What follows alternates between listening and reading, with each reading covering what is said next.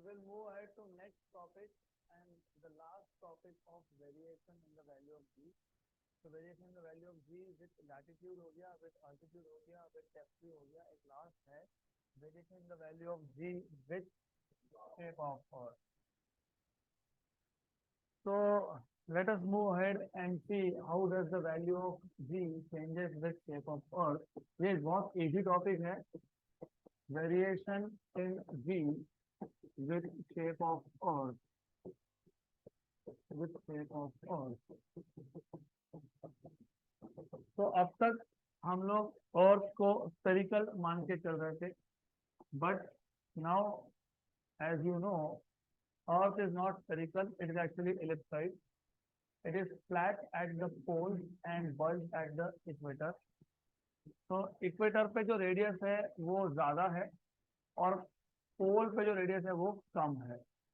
तो let us से ये आ गया radius of earth at equator, ये रेडियस ऑफ अर्थ एट पोल.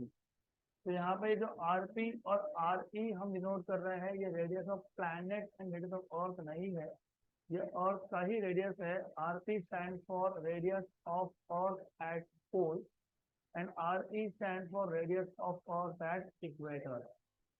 तो वी ऑलरेडी नो कि अर्थ ये स्फेरिकल नहीं होता है, हम अज्यूम करते हैं, करेक्ट. तो consider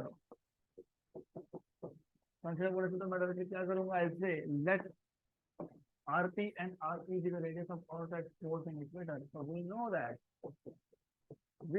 that Earth is not a perfect sphere. Earth is not a sphere, but ellipsoid. But ellipsoid. So let RP, क्या है RP? Radius of Earth है, radius of Earth at pole and RE be the radius of Earth at equator. Radius of Earth at equator.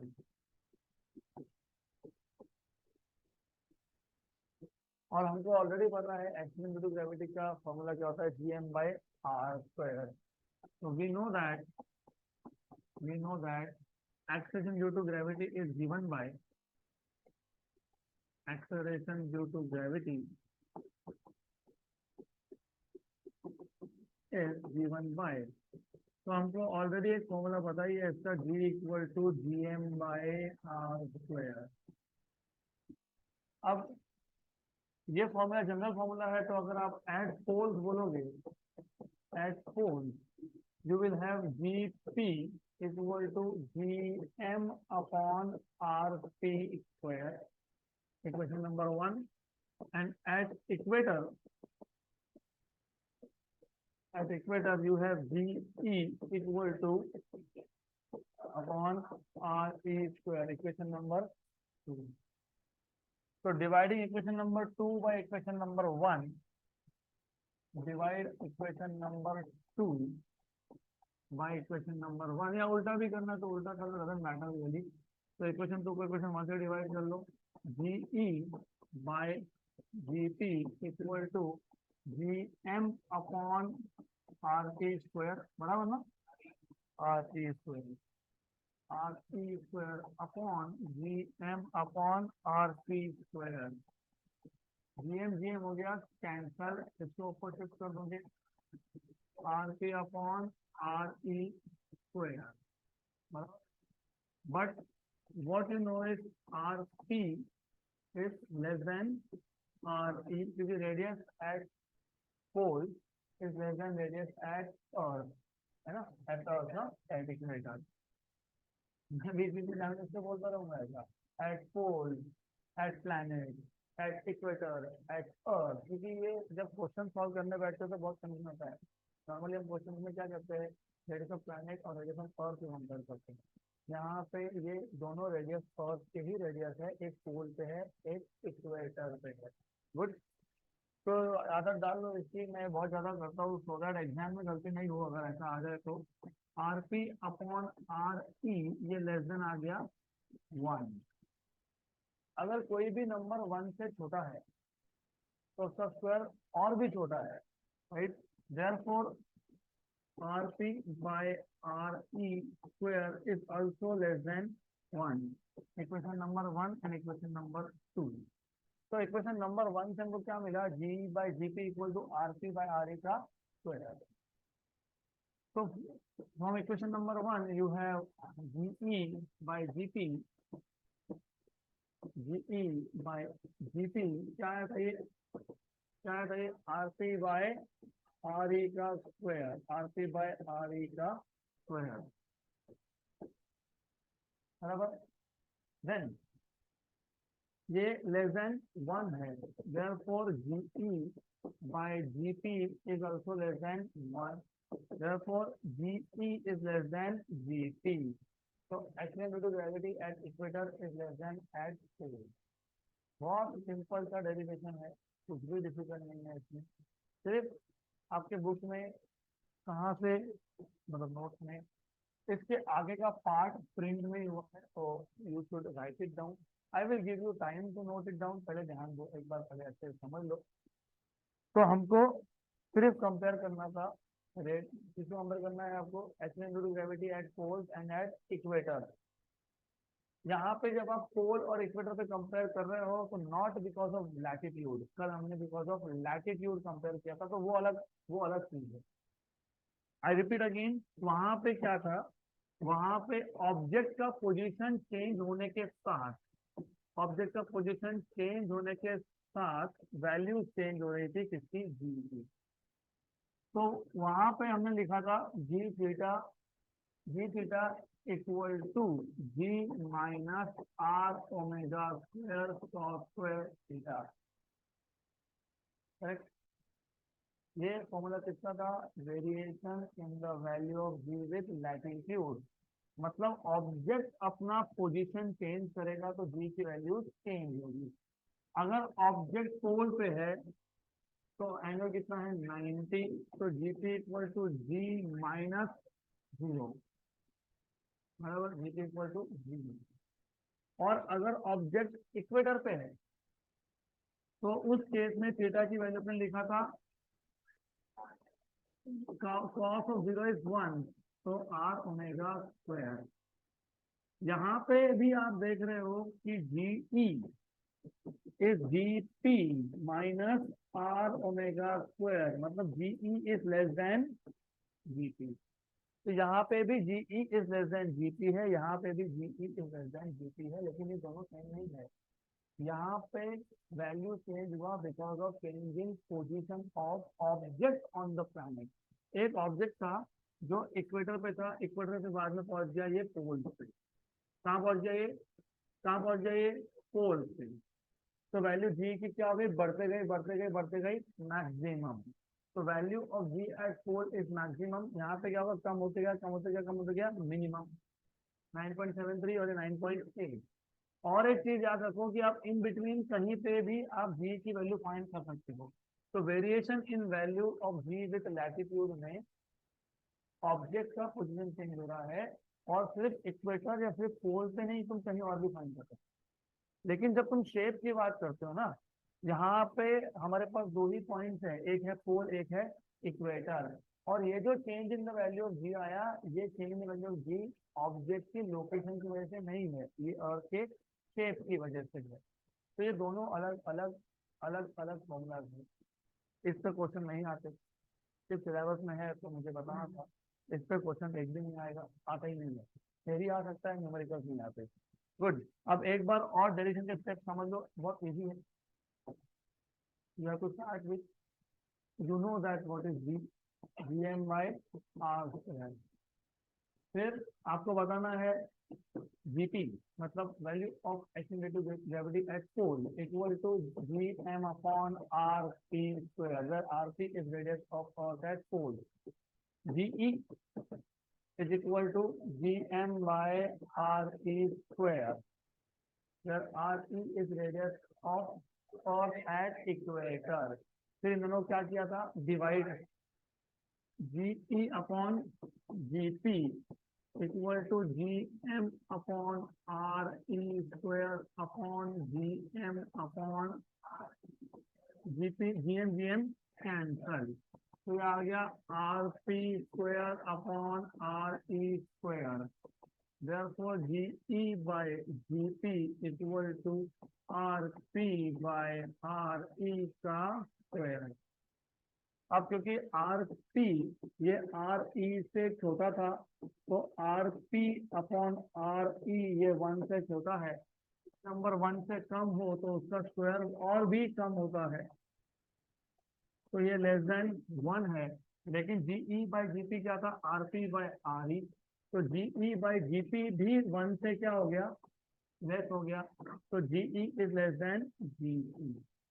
So value of action due to gravity at equator is less than pole due to shape of earth or earth. Yeah. Okay. Okay.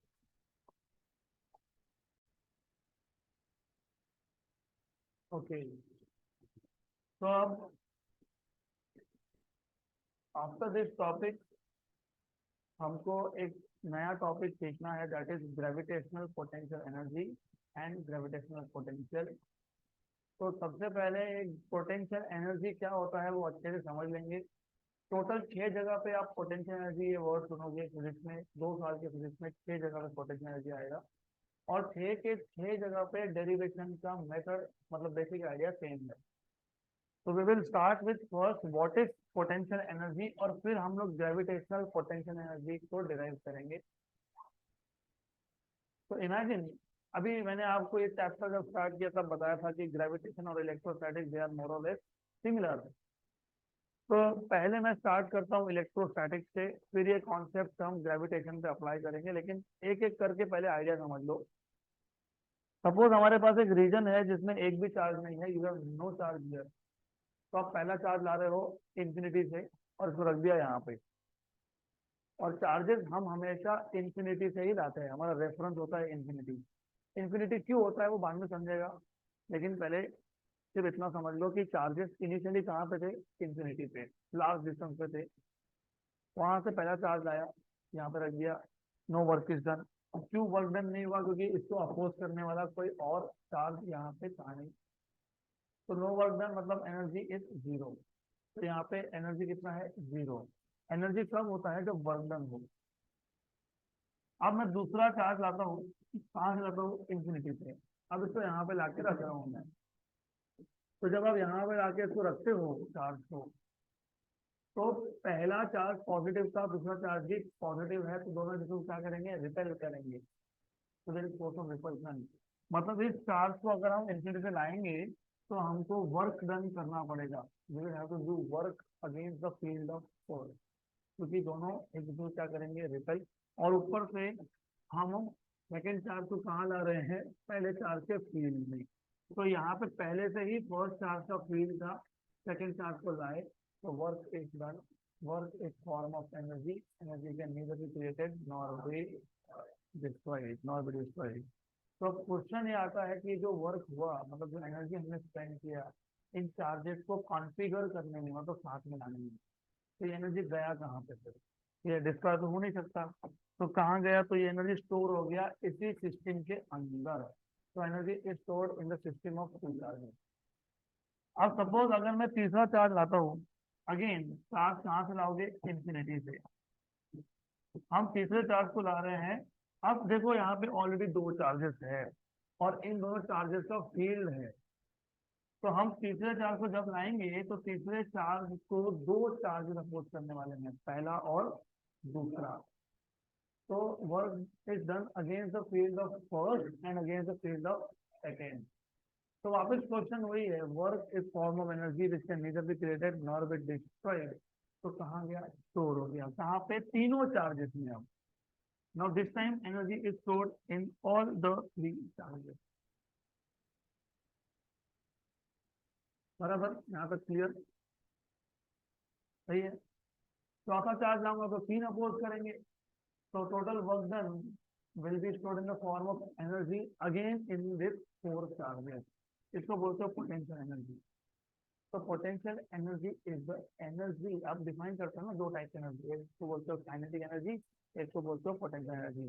Kinetic energy is the energy of the body on account of it's motion, मतलब जब object motion में हो, उसका velocity हो, तब उसका जो speed, मतलब उसका जो स्पीड की वजह से एनर्जी आए तो क्या बोलते हो, काइनेटिक एनर्जी। सिमिलरली जब एक ऑब्जेक्ट का पोजीशन की वजह से एनर्जी हो, उसको बोलते हो पोटेंशियल एनर्जी। तो यहाँ पे ये जो चार्जेस है, इनका एनर्जी ड्यू टू पोजीशन है, ड्यू टू कॉन्फ़िगरेशन है, तो क्या बोलते हो, पोटेंशियल एनर्जी। देखो ये स्टार्टिंग पॉइंट है, हम थ्योरी भी लिखेंगे, लेकिन दिमाग में आइडिया फिट करते जाओ। अभी ग्रेविटेशन की बात ही नहीं की मैंने अभी तक, तो इलेक्ट्रोस्टैटिक्स पे ही। तो इलेक्ट्रोस्टैटिक में पोटेंशियल एनर्जी कहाँ से आया, वर्क डन से आया। वर्क डन कहाँ से आया, चार्जेस को आप मूव कर रहे हो against the field of already existing charges. जो चार्जेस ऑलरेडी वहां पे थे, वो अपोज कर रहे हैं, उस अपोजिशन को ओवरकम करके आप चार्जेस को क्या कर रहे हो, साथ में ला रहे हो। तो क्या हो जाएगा वहां पे, ये वर्क करना पड़ेगा, और क्या होगा, वर्क स्टोर हो जाएगा, तो क्या बोलोगे, पोटेंशियल एनर्जी। तो अगर एक सिंगल वर्ड में मैंने आपसे पूछा पोटेंशियल एनर्जी का सोर्स क्या है, वर्क डन। तो ये अब फंडा है कि जिस किसी टॉपिक में पोटेंशियल एनर्जी वर्ड सुनोगे, वो आता है वर्क डन से। मतलब अगर आपको एक डेरिवेशन पता है तो आपको 6 डेरिवेशन पता है। और कहाँ पे आएगा, कैपेसिटर में। कैपेसिटर मतलब जैसे आपके मोबाइल फोन का बैटरी होता है, उसको क्या बोलते हो आप, कैपेसिटर ही बोलते हो। उसमें क्या होता है, उसमें भी चार्जिंग आप करते हो मोबाइल फोन का। चार्जिंग करते हो मतलब क्या करते हो, आप चार्जेस को साथ में लाते हो। जब पहला चार्ज लाए तो no work is done, 0% charging था, बैटरी डाउन हो गया था, नो वर्क इज डन। फिर दूसरा चार्ज आया, work is done again the field of first. फिर आया, work is done again the field of two. Work is done again the field of, ये तीनों, ये चारों, ये पांचों, ऐसा वर्क डन होता गया, होता गया, होता गया, होता गया। वर्क डन मतलब एनर्जी कहाँ स्टोर हो गया, इस कैपेसिटर के अंदर स्टोर हो गया। इसको भी बोलते हो इलेक्ट्रोस्टैटिक एनर्जी। सिर्फ ये फॉर्मूला अलग है, ये फॉर्मूला अलग है, वो बाद में आएगा। ये दोनों आप 12th के इलेक्ट्रोस्टैटिक्स में सीखोगे। लेकिन आइडिया वही है कि work done is stored in the form of energy which is called as potential energy.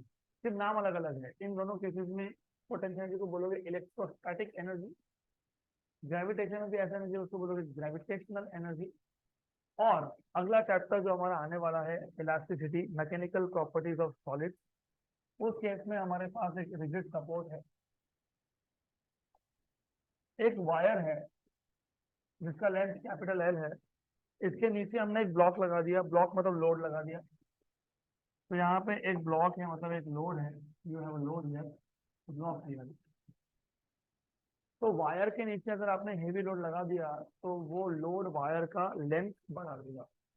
तो मतलब ये जो लोड है, जो ब्लॉक है, वो वायर पे क्या कर रहा है, वर्क कर रहा है। क्या कर रहा है, वर्क कर रहा है। और बिकॉज ऑफ वर्क डन इस वायर का लेंथ हो जाएगा इंक्रीज। इसको बोलते हैं extension produce in the wire. तो इनिशियल लेंथ कितना था, एल, और इंक्रीजिंग लेंथ कितना है, स्मॉल एल। कहीं पे स्मॉल एल बोलते हैं, कहीं पे डेल्टा एल भी बोलते हैं। तो रिमेम्बर, ये लोड ने क्या किया, ये लोड ने वर्क किया, किस पे वर्क किया, वायर पे वर्क किया, और वर्क करके से क्या हुआ, इंक्रीज इन लेंथ हुआ। और इंक्रीज इन लेंथ होने की वजह से एनर्जी, देखो ये वर्क होना, मैं क्या बोला मैंने आपको, work is energy which can measure related. यहाँ पे एनर्जी स्टोर हो गया था चार्जेस में, यहाँ पे एनर्जी स्टोर हो गया कैपेसिटर में, यहाँ पे एनर्जी स्टोर हो गया वायर में। इसको बोलते हो इलास्टिक एनर्जी। वो भी पोटेंशियल एनर्जी है, ये दोनों भी पोटेंशियल एनर्जी ही है। तो जहां जहां पे पोटेंशियल एनर्जी होगा, फंडा सेम है, वर्क डन फाइंड करो तो पोटेंशियल एनर्जी अपने आप मिल जाएगा, क्योंकि पोटेंशियल एनर्जी कहाँ से आता है, वर्क से आता है। ये याद रखना, आगे और चीजें चेंज होगी। अब ऐसा ही एक कॉन्सेप्ट है लिक्विड के केस में, चैप्टर नंबर 2 ऑफ 12, वहां पे भी ऐसा एक कॉन्सेप्ट आएगा। हमारे पास एक कंटेनर है, कंटेनर में लिक्विड है। लिक्विड लिक्विड के फ्री सरफेस पे, मतलब ऊपर के सरफेस पे एक लेयर होता है जिसको हम बोलते हैं सरफेस फिल्म। ये आप डिटेल बाद में सीखोगे, फिलहाल सिर्फ इंट्रोडक्शन है। यहाँ पे जितने भी मॉलिक्यूल्स होंगे, ये सारे मॉलिक्यूल्स पे एक फोर्स लगता है नीचे की तरफ, नेट फोर्स डाउनवर्ड। तो नीचे की तरफ फोर्स होगा तो ये मॉलिक्यूल्स कहाँ आ जाएंगे, ये मॉलिक्यूल्स नीचे आ जाएंगे। मतलब लेयर में जितने भी मॉलिक्यूल्स है वो कहाँ पे आ रहे हैं, नीचे। तो ऐसा तो लेयर में एक भी मॉलिक्यूल नहीं बचेगा, तो लेयर ही नहीं बचेगा, तो सारे मॉलिक्यूल नीचे आते जाएंगे। तो ये जो मॉलिक्यूल नीचे आए इसको रिप्लेस करने के लिए कुछ मॉलिक्यूल कहाँ जाएंगे, ऊपर। ऊपर जा रहे हैं अगेंस्ट ग्रेविटी। तो यहाँ पे ग्रेविटेशनल फोर्स के अगेंस्ट में क्या हुआ, वर्क हुआ। वापस से वर्क क्या है, एनर्जी है, which can neither be greater. तो वो एनर्जी स्टोर हो गया, कहाँ पे स्टोर हो गया, इस बार लेयर में। लेयर कहाँ पे था, सरफेस पे था, तो इसको क्या बोलोगे, सरफेस एनर्जी। क्या बोलोगे, सरफेस एनर्जी। अब अब आ जाते हैं ग्रेविटेशन पे। इमेजिन हमारे पास ये अर्थ है, इमेजिन अर्थ की सरफेस से थोड़ा ऊपर एक ऑब्जेक्ट है। इनिशियल डिस्टेंस मान लो इसका आर आई है, आर इनिशियल है। मुझे इस ऑब्जेक्ट को आर इनिशियल से आर फाइनल, मतलब मुझे इसको और भी ऊपर लेके जाना है। तो इनिशियल डिस्टेंस कितना था, आर आई, और फाइनल कितना करना है, आर एस। ऑब्जेक्ट को ऊपर लेके जाना है।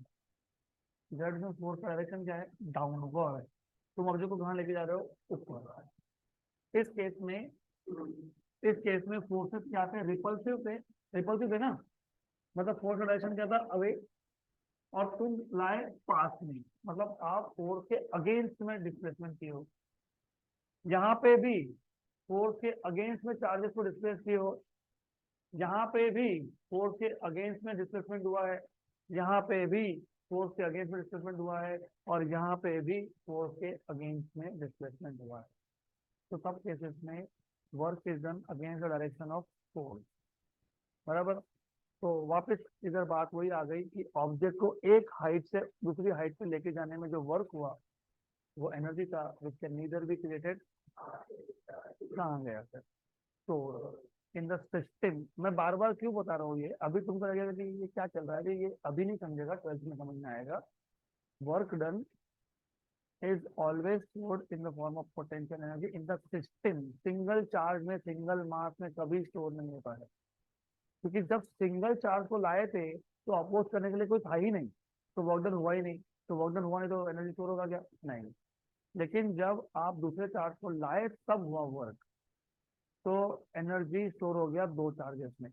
इसका मतलब आप और अर्थ, इस सिस्टम का क्या है, पोटेंशियल एनर्जी है। मेरा और अर्थ सिस्टम का क्या है, पोटेंशियल एनर्जी है। आप सबका और मेरा और अर्थ का क्या है, पोटेंशियल एनर्जी है। तो potential energy is always stored in the system, not in single particle. यहाँ तक क्लियर। और सबके लिए क्योंकि कॉन्सेप्ट सेम था, तो सबके लिए फॉर्मूला का स्टार्टिंग पॉइंट, मतलब डेरिवेशन का स्टार्टिंग पॉइंट भी सेम होगा। और वो बहुत सिंपल है, आपको ऑलरेडी पता है। मुझे एक बात बताओ, हम किसी भी केस में अगर डिस्प्लेसमेंट करते हैं, डिस्प्लेसमेंट, तो what is the formula of work done, force into displacement.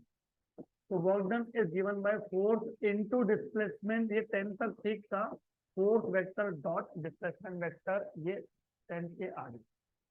तो work done is not force into displacement, is force vector dot displacement vector, क्योंकि यहाँ पे हमको डायरेक्शन भी कंसिडर करने पड़ेंगे। तो force vector dot displacement vector is always work done. ठीक है, अब जितना भी हमने यहाँ पे सीखा है थोड़ा सा मैं पॉइंट बाय पॉइंट आपको बताता हूँ, तो याद रखना, इंपॉर्टेंट कॉन्सेप्ट है और ये कॉन्सेप्ट आपको बहुत काम में आएगा। तो will start with next topic, that is gravitational potential and gravitational potential energy. तो ग्रेविटेशनल पोटेंशियल एनर्जी पहले हम लोग डिफाइन कर देंगे। सबसे पहले डिफाइन करेंगे व्हाट इज पोटेंशियल एनर्जी। तो कैसे डिफाइन करोगे potential energy, the energy possessed by a particle on account of its position, the energy possessed by a body or a particle on account of its position is known as potential energy, is known as potential energy। अब ऐसा हमने क्यों बोला on account of its position, क्योंकि अगर हमने पहले charge को लाया, दूसरे चार्ज को लाते ही नहीं, पहले चार्ज के पास में रखते ही नहीं, मतलब पहले चार्ज के पास में उसका लोकेशन होता नहीं, तो एनर्जी होता क्या नहीं। और अगर मैंने उन दो चार्जेस में से एक चार्ज को मूव कर दिया तो पोजीशन चेंज किया, पोजीशन चेंज किया तो पोटेंशियल चेंज हुआ, यस।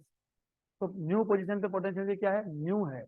तो यहाँ पे पोजीशन टू पोजीशन, जैसे मैं खुद भी मेरा पोजीशन चेंज कर रहा हूँ, मैं नीचे जाऊंगा, वीडियो में नीचे आऊंगा, आप जाओगे तो पोटेंशियल एनर्जी आपका भी चेंज होगा, क्योंकि आप किसमें हो, और के ग्रेविटेशनल फील्ड में हो। तो जब भी पोजीशन चेंज होगा तब पोटेंशियल एनर्जी भी चेंज होगा। इसके लिए हम लोग क्या बोलते हैं, the energy possessed by a particle on account of its position is known as potential energy.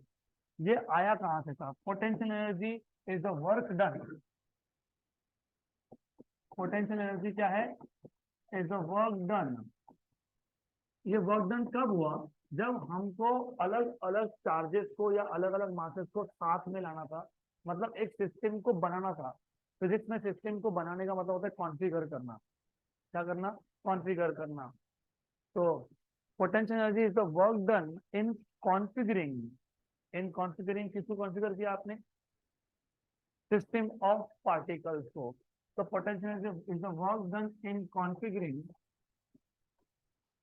in configuring a system of particles, a system of particles, clear यहाँ तक, राइट। और हर एक सिस्टम, हर एक ऑब्जेक्ट खुद को मिनिमम पोटेंशियल एनर्जी में लाने की कोशिश करेगा। Each particle, each body tries to bring itself in the minimum potential energy configuration. बहुत सारे एग्जांपल्स है। For example, just for an example, आपको याद है हमने मैकेनिकल इक्विलिब्रियम तीन टाइप के देखे थे, याद है, कौन सा था, स्टेबल, अनस्टेबल एंड न्यूट्रल। मैं कभी भी आपको बताया था ये कौन सा इक्विलिब्रियम था, स्टेबल। ये कौन सा इक्विलिब्रियम था, अनस्टेबल। और ये न्यूट्रल। डिफाइन कैसे किया था आपने, आपने बोला था यहाँ पे लोकल मिनिमा है, लोकल मिनिमम है, मतलब आपने जैसे ही इस ऑब्जेक्ट को डिस्प्लेस किया और रिलीज कर दिया तो वापस से ये अपने इनिशियल पोजीशन पे आएगा, क्योंकि इसका initial position minimum potential energy का पोजीशन, जितना हाइट कम हो उतना पोटेंशियल एनर्जी मिनिमम होता है। मतलब इस ऑब्जेक्ट ने क्या किया, इस ऑब्जेक्ट ने खुद को एक मिनिमम पोटेंशियल एनर्जी में लाने की कोशिश की। ये ऑब्जेक्ट है, ये पेन है, इसको मैं ड्रॉप करता हूँ तो ये नीचे गया। क्यों नीचे गया, क्योंकि इस हाइट पे इसका पोटेंशियल एनर्जी मिनिमम नहीं था, वहां पे मिनिमम है। खिड़की के बाहर छोड़ता हूँ, कहाँ जाएगा, सीधा ग्राउंड पे। क्यों, क्योंकि वो ग्राउंड मिनिमम पोटेंशियल एनर्जी का पोजीशन है। तो याद रखना, कोई भी ऑब्जेक्ट हो वो खुद को हमेशा मिनिमम पोटेंशियल एनर्जी में लाने की कोशिश करता है। और रिमेम्बर, मैं बोल रहा हूँ ये बार बार है ना, क्यों बताना पड़ता है, क्योंकि ये आपको एटॉमिक फिजिक्स में भी काम नहीं है। तो पोटेंशियल एनर्जी मतलब एक ही होता है हर जगह पे, अलग अलग नहीं होता, सिर्फ आइडिया अलग अलग तरीके से अप्लाई होता है। इस केस में हमने जब डिस्प्लेस किया था, उसके इक्विलिब्रियम पोजीशन में डिस्प्लेस कर दिया, फिर ये ऑब्जेक्ट वापस कभी अपने इक्विलिब्रियम पे आया नहीं, क्योंकि वो जो इक्विलिब्रियम था वो मैक्सिमम पोटेंशियल का पॉइंट था। और सिस्टम करता क्या है, मिनिमम में लाता है। यहाँ पे तुम जहां पे भी लेके जाओगे वो वहीं पर रुक जाएगा, क्योंकि each point is minimum potential energy point, remember this. so every object every object tries tries to configure itself tries to configure itself in which in minimum potential energy configuration, in minimum potential energy configuration। देखो exam purpose के हिसाब से ये introduction तुम्हारे लिए important नहीं है, skip कर सकते थे, लेकिन करेंगे नहीं, थोड़ा टाइम ज़्यादा जाता है, जाने दो। मैंने जैसे बताया ये टॉपिक एक साथ ही खत्म हो गए, क्योंकि तब समझेगा आपको कि ऐसा कुछ कॉन्सेप्ट तो हमने पहले ही देखा है। तो इमीडिएटली क्लिक होता है कि सीक्वेंस क्या है, डिराइव कैसे करना है। तो यहाँ तक इंट्रोडक्शन ठीक है। अब पोटेंशियल एनर्जी वर्क डन से आया, और वर्क डन का फॉर्मूला हमेशा होता है force vector dot displacement vector. तो we know that work done, work done in producing small displacement, in producing small displacement is given by, small displacement is given by dw, लेकिन work done store किसमें हो गया, potential energy में। Potential energy को किससे denote करते हैं, U से। du मतलब स्मॉल पोटेंशियल एनर्जी, dw मतलब small work done, this is equal to F bar dot dx bar. Good, यहाँ तक क्लियर। अब हम चालू करेंगे equation of gravitational potential energy derive करना, derive equation for gravitational potential energy. अब इसके आगे बहुत सिंपल कॉन्सेप्ट है, इसके आगे एकदम लाइट है, एकदम लाइट वेट है। अब तो भी लाइट वेट एकदम अच्छे से समझ लो। ये थोड़ा सा हेवी रहा है, अंडरस्टैंड, हेवी है, लेकिन स्किप तो कर नहीं सकते ना, क्योंकि जेई नीट सीईटी मिलाओगे, सेवर मिलाओगे, तो फिर इस पे कम से कम 5-6 क्वेश्चन तो आएंगे ही पोटेंशियल एनर्जी पे। मैं ग्रेविटेशनल पोटेंशियल एनर्जी की बात नहीं कर रहा हूँ, मैं सब मिला के बात कर रहा हूँ। अब इमेजिन ये अर्थ है, हमारे पास एक ऑब्जेक्ट था, वो इनिशियल लोकेशन ए था, उसका इनिशियल डिस्टेंस कितना था, आर आई था। कहाँ से, सेंटर ऑफ अर्थ से। इसको तुम R1 भी बोल सकते हो।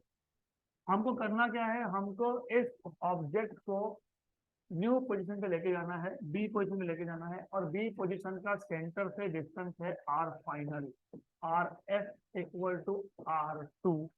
इसको मैं बोल दूंगा B position. Clear.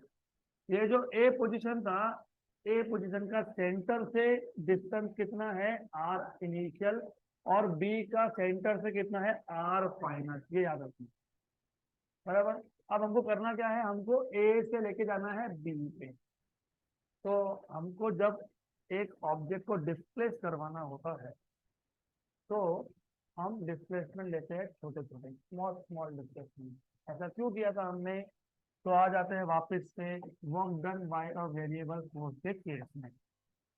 Newton laws of motion का जो केस था, उसमें हमने एक्स एक्सिस पे डिस्प्लेसमेंट और वाई एक्सिस पे फोर्स ड्रॉ किया। इफ यू रिमेम्बर, हमने एक ग्राफ देखा था, जिसमें हमने बोला था कि ऑब्जेक्ट को हमको पी से कहाँ लेके जाना है, क्यू पॉइंट से। तो we want to displace object from P to Q. तो दो केसेस थे, एक तो फोर्स कांस्टेंट होगा, फोर्स कांस्टेंट मतलब हर एक पॉइंट पे सेम फोर्स लगेगा, कांस्टेंट फोर्स। इस केस में वर्क डन क्या होता है, force into distance, area under the curve, force into distance. For example 5 newton का फोर्स है, 2 मीटर से डिस्प्लेस करना है, 5 × 2 10, वर्क डन आ गया 10 जूल, खत्म हो गई बात। कोई टेंशन नहीं है, क्योंकि यहाँ पे फोर्स कांस्टेंट है। ऑब्जेक्ट का पोजीशन कुछ भी हो, फोर्स कांस्टेंट है। अगर फोर्स कांस्टेंट नहीं है, तो फोर्स क्या है, वेरिएबल है। इस केस में अगर आपको वर्क डन फाइंड करना था, तो आपने क्या किया, एरिया फाइंड कर लिया, area under the curve, area of trapezium, या फिर area of square plus rectangle.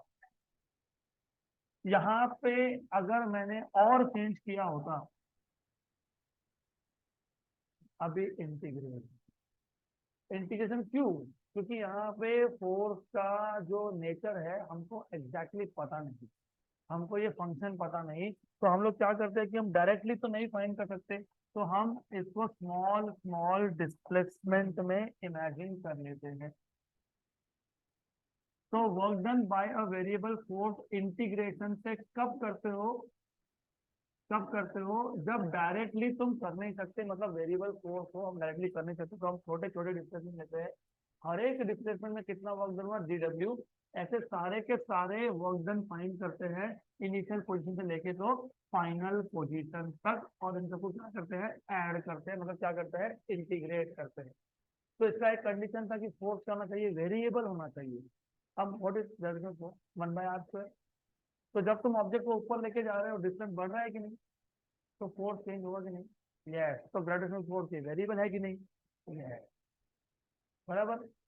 और अगर ग्रेविटेशनल फोर्स वेरिएबल है, तो तुमको टोटल वर्क डन निकालना है ए से बी तक। तो तुम total work done directly find कर सकते हो क्या, नहीं। तो क्या करना पड़ेगा, स्मॉल स्मॉल डिस्प्लेसमेंट करने पड़ेंगे, फिर सबको क्या करना पड़ेगा, इंटीग्रेट। तो अब हम ऐसा इमेजिन करेंगे कि हम ए से पहले ऑब्जेक्ट को लेके आ गए, एक स्मॉल डिस्प्लेसमेंट पे हमने क्या कर दिया, एक स्मॉल डिस्प्लेसमेंट कर दिया। ये डिस्प्लेसमेंट कितना है, ये dr है। यहाँ पे मैंने dx लिखा, यहाँ पे मैंने dr लिखा, उसका सिंपल सा रीजन है। dx कब लिखते हो? जब तुमको पता है कि मोशन अलोंग x है। dy कब लिखते हो? जब तुमको पता है कि मोशन अलोंग y है। dz कब लिखते हो? जब तुमको पता है मोशन अलोंग z है। जब मोशन 3 डायमेंशनल हो, क्योंकि ग्रेविटेशनल फोर्स और के ऊपर ऑब्जेक्ट उसको और ऊपर लेके जाना है, तो ये 1D नहीं है, ये 2D भी नहीं है, ये क्या है? 3D मोशन है। जब मोशन 3D हो, जब तुम ऑब्जेक्ट को एक जगह से दूसरी जगह पे लेके जाते हो, तो उस केस में एक्स वाई और जेड तीनों ही चेंज होते हैं। तो जब तीनों चेंज होते हैं, तो तुम डी आर लिखते हो, डी एक्स में लिखते, क्या लिखते हो? D R. यहाँ पे क्या लिखा मैंने? D R. और ऑब्जेक्ट को स्मॉल डिस्प्लेसमेंट करवाने में वर्क डन होगा कि नहीं होगा? होगा। क्यों होगा? क्योंकि ग्रेविटेशनल फोर्स कहाँ था? नीचे। मतलब ग्रेविटेशनल फोर्स का डायरेक्शन क्या है? नीचे है, डाउनवर्ड है। कहाँ है? डाउनवर्ड है। इसको बोल दूंगा मैं एफ जी बार, ग्रेविटेशनल फोर्स। और डिस्प्लेसमेंट कहाँ है? ऊपर है। और स्मॉल डिस्प्लेसमेंट करवाने में वर्क कितना होता है? एफ बार डॉट dx क्या है हमारे पास? dr। और फोर्स कौन सा है? Gravitational force. और वर्क डन किसमें स्टोर होता है? पोटेंशियल एनर्जी में। लेकिन फोर्स कहाँ था? डिस्प्लेसमेंट कहाँ है? तो negative sign. Negative sign indicates that the force and displacement are oppositely directed. एक डायरेक्शन है नीचे फोर्स का, फोर्स ऑब्जेक्ट को नीचे खींच रहा है, तुम उसको ऊपर लेके जा रहे हो, तो minus sign indicates that force and displacement are oppositely directed. अब यहां तक क्लियर हो गया? पक्का पक्का। अब ये जो ग्रेविटेशनल फोर्स है, ये तो पता ही है ना, G capital M small m y, लेकिन वो वेक्टर फॉर्म है, तुमने यहाँ स्केलर लिखा। जब तुमको वेक्टर बनाना होता है, तो साथ में क्या दिखाते हो? डायरेक्शन। बराबर? Clear? Radius vector, radius vector कभी भी होता है सेंटर से ऊपर की तरफ, सेंटर से बाहर की तरफ। तो ये वेक्टर कौन सा है? ये आर वेक्टर है। इसका डायरेक्शन क्या है?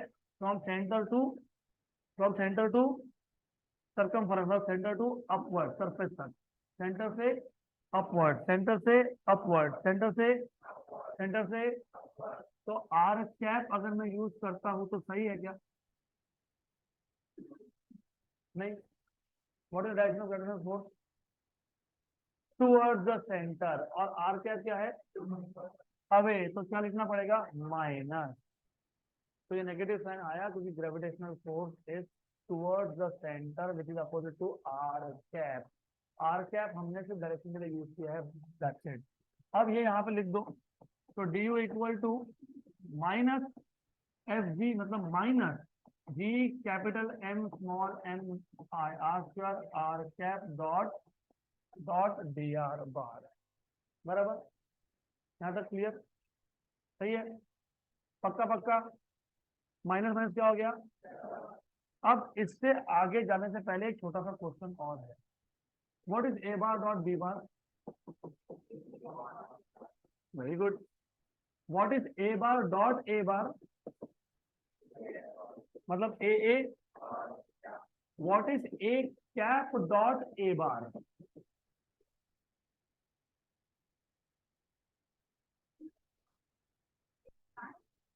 नहीं नहीं नहीं नहीं नहीं, look what you are doing is A bar dot B bar मतलब magnitude of A vector, magnitude of B vector into cos of angle between the two vector. बराबर? ए बार डॉट ए बार जब लिखा आपने, तो लिखा ए, ए मतलब magnitude of A, magnitude of A. Hero, zero बना दूंगा तुमको मैं। टोपी निकालो, इधर ध्यान दो, सीधा बैठो। तो ये जो ए बार डॉट ए बार है ना, magnitude of first vector into magnitude of second vector into cos of angle. अभी ए और ए एंगल कितना? जीरो। तो कॉस जीरो कितना? वन। तो इसको क्या लिखते हो? एक कैप मतलब पहला वेक्टर, तो पहले वेक्टर का क्या लिखोगे? मैग्नीट्यूड। ए बार मतलब दूसरा वेक्टर का मैग्नीट्यूड। लेकिन ए कैप और ए बार में डायरेक्शन कितना है? जीरो। तो what is cos zero? Unit vector का मैग्नीट्यूड कितना होता है? वन। ए का मैग्नीट्यूड ए और ये भी वन, तो आंसर कितना है? ए। ये क्यों किया? यहाँ पे तुमको दिख रहा है R cap dot D R bar. तो मुझे बताओ what will be R cap dot D R bar. R cap का मैग्नीट्यूड, डी आर का मैग्नीट्यूड, कॉस ऑफ जीरो। क्योंकि आर कैप भी ऊपर था, डी आर भी ऊपर था, आर कैप भी ऊपर है, डी आर भी ऊपर है, तो आएगा कितना है, जीरो। आर कैप मतलब यूनिट वेक्टर, मैग्नीट्यूड कितना, 1, तो क्या बचेगा, डी आर। तो what is R cap dot D R, D R, very good. तो अब बस 2 मिनट और लगेंगे, it will not take much time, 5 minute. D U equal to what is minus minus G capital M small M by R square, और ये R cap dot D R bar कितना आ गया, ये का work done which is stored in the form of potential energy to displace the object by small displacement. हमने small displacement किया कि हमने टोटल किया, अगर टोटल फाइंड करना होगा तो क्या करो, इंटीग्रेशन। तो टोटल के लिए क्या करते हो, इंटीग्रेशन, क्योंकि आप बोलते हो वापस स्मॉल कर लेंगे और स्मॉल कर लेंगे और स्मॉल कर लेंगे, कहाँ से स्टार्ट करेंगे, कहाँ तक जाएंगे। तो डी यू क्या है, G capital M small M by R square D R. लेकिन जैसे तुमने यहाँ पे डी आर लिखा तो ए की जगह पे ए का इनिशियल पोजीशन लिखो कितना है, आर आई, और बी की जगह पे आर एफ, और ये जो है ये आ जाएगा potential energy at A minus potential energy at B, उल्टा potential energy at B minus potential energy at A. इसमें क्या बोलोगे, डेल्टा यू, मतलब चेंज इन पोटेंशियल एनर्जी। अब ऐसा क्यों लिख रहा हूँ, ऐसा क्यों लिख रहे हैं पता है, जब ऑब्जेक्ट ए पे था तो पोटेंशियल एनर्जी था क्या उसका, यस था, क्योंकि वो पोजीशन और के फील्ड में है क्या, यस है। आप नीचे जाके रुकते हो पार्किंग में तो आपका और का पोटेंशियल एनर्जी नहीं होता है क्या, होता है। तुम ऊपर आ जाते हो तो नहीं होता है क्या, होता है। लेकिन पोटेंशियल सेम है क्या, नहीं है, तो चेंज हुआ। तो यहाँ पे भी एक जगह से दूसरी जगह लगेगा तो क्या हुआ, तो चेंज हो, क्या लिखते हो, तो बस डेल्टा यू ही तो लिख रहे हैं, और क्या कर रहे हैं। G capital M small M constant बाहर, integration D R by R square from R initial to what is integration of 1 by R square, नहीं पता। मैं इसके लिए पूरा का पूरा आपको इंटीग्रेशन पढ़ाया, एक एक चीज मैंने पढ़ाई थी, क्योंकि ये लगता है। चलो कोई दिक्कत नहीं है, नहीं तो नहीं, वापस करेंगे। ये आर एस टू को ऊपर लेके गए तो आर रेस टू एन का इंटीग्रेशन होता है, R raise to N plus one upon N plus one, very good. तो ये आ जाएगा G M M R raise to -2 plus one upon -2 plus one from R initial to G capital M small M R raise to, और ये भी from R initial to. अगर आपको ये माइनस साइन नहीं चाहिए तो लिमिट को उल्टा कर दो, तो लिमिट को कर दो उल्टा, G capital M small M R R raise to -1 मतलब 1 बाई आर, मतलब 1 बाई आर, माइनस साइन हटा दिया आपने, तो यहाँ पे लिमिट क्या हो गई, उल्टी। तो डेल्टा यू क्या आ गया, G capital M small M 1 upon -1 upon upper limit minus, ये आ गया चेंज इन पोटेंशियल एनर्जी का फॉर्मूला। अब मैंने आपको ये स्टार्टिंग में ही इलेक्ट्रोस्टैटिक पोटेंशियल एनर्जी जब पढ़ाया था, बताया था, तो मैंने क्या होता, इनिशियली ऑफ मास को, चार्ज को, किसी को भी कहां से लाते हो, इंफिनिटी। और ये याद रखना, ये डेल्टा यू क्या है, ये final potential energy minus, very good. अब जैसे मैंने आपको बताया कि तुम इनिशियल रेफरेंस किसको लेते हो, इंफिनिटी को, तो हम क्या करेंगे, हम इनिशियल ऑब्जेक्ट के डिस्टेंस को मान लेंगे इंफिनिटी। मतलब ऐसा बोल रहे हैं कि हम ए से बी पे लेके जा ही नहीं रहे, हम इंफिनिटी से कहाँ लेके आ रहे हैं, बी पे। इंफिनिटी से कहाँ पे लेके आ रहे हैं, इनिशियल डिस्टेंस क्या है, इंफिनिटी, तो फाइनल को क्या बोल दूंगा, आर बोल दूंगा। अगर इनिशियल डिस्टेंस इंफिनिटी है तो पोटेंशियल एनर्जी जीरो है। क्यों, पोटेंशियल एनर्जी आता है इंटरेक्शन से, जब दो मासेस या दो चार्जेस एक दूसरे से इन्फिनाइट डिस्टेंस पे है तो वो दोनों इंटरेक्ट कर ही नहीं रहे, बराबर। जैसे आप दोनों इंटरेक्ट कर रहे हो ना पीछे बैठ के, बराबर, आप दोनों को एकदम दूर बिठा दिया तो करोगे क्या? नहीं, तो पोटेंशियल पता है कितना हो जाएगा? जीरो। इसको ऐसा याद रखना आप, बराबर। तो your potential is not zero now, क्योंकि both of you are interacting. ऐसे दूर बिठा दिया ना एकदम, तो तुम कर ही नहीं पाओगे। तो वैसा ही काम है ये, सेम चीज है। तो पोटेंशियल एनर्जी कितना है? इनिशियल कितना है? जीरो, क्योंकि डिस्टेंस कितना है? इन्फिनिटी। तो ये क्या हो गया? जीरो। और ये क्या है? Non zero. तो final potential energy minus zero equal to G capital M small M, 1/इंफिनिटी माइनस 1/r फाइनल। इसको क्या बोला है? आर। व्हाट इज 1/इंफिनिटी? जीरो। तो G capital M small M by R, साथ में माइनस साइन। ये फॉर्मूला आ गया potential energy, gravitational potential energy.